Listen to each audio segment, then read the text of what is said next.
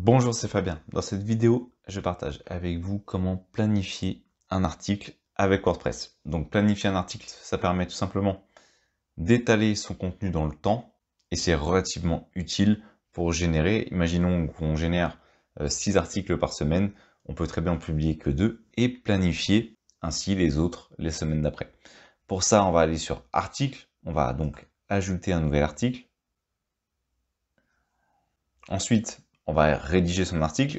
Une fois qu'on aura rédigé son article, on va tout simplement aller sur Documents. Dans Documents, on va faire publier avec une date de prévue, on va dire par exemple le 14 décembre. Je vais indiquer un titre, un peu de texte quand même, test. Et ensuite, j'ai plus qu'à faire planification. J'ai plus qu'à confirmer ma planification. Et désormais, j'ai un article qui va être publié le 14 décembre.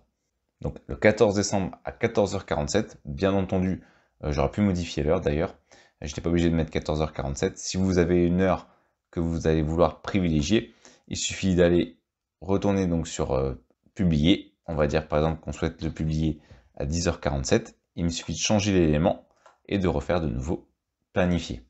Je vais retourner sur WordPress, je vais donc quitter la page, et comme on peut le voir ici, j'ai bien mon article test qui est planifié le 14-12-2020.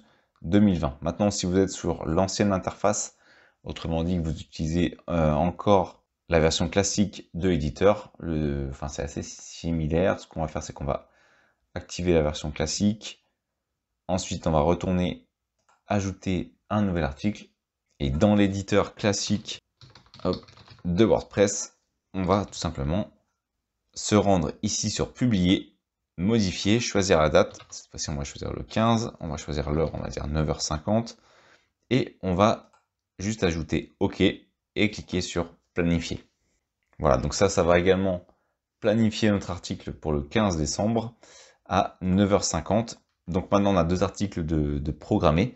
Et lorsqu'on va arriver à cette date, les articles vont automatiquement être publiés. Donc si je suis en vacances par exemple à cette date, eh bien il y aura quand même deux articles qui vont être publiés comme si j'étais toujours actif sur le site. Si je pars un mois en vacances et que je planifie un article par semaine, eh bien ça fait comme si le site était toujours actif, comme si je me connectais une fois par semaine pour publier un article sur ce dernier. C'est vraiment quelque chose de pratique cette planification pour pouvoir justement étaler les articles dans le temps. Si on crée plusieurs articles plutôt que de les publier tous en même temps, eh bien on peut étaler ces derniers, ce qui est également bien pour le référencement, afin de laisser le temps à Google de prendre connaissance de ce nouveau contenu. Et également pour les visiteurs qu'ils puissent, entre guillemets, attendre ce contenu, plutôt que tout leur envoyer en un bloc, ce qui peut plutôt les rebuter qu'autre chose. Alors que si on étale dans le temps, ça peut créer de l'envie plutôt que les rebuter.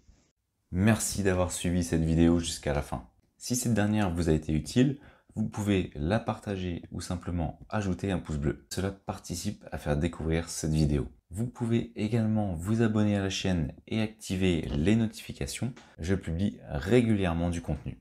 Merci et je vous dis à bientôt pour une nouvelle vidéo.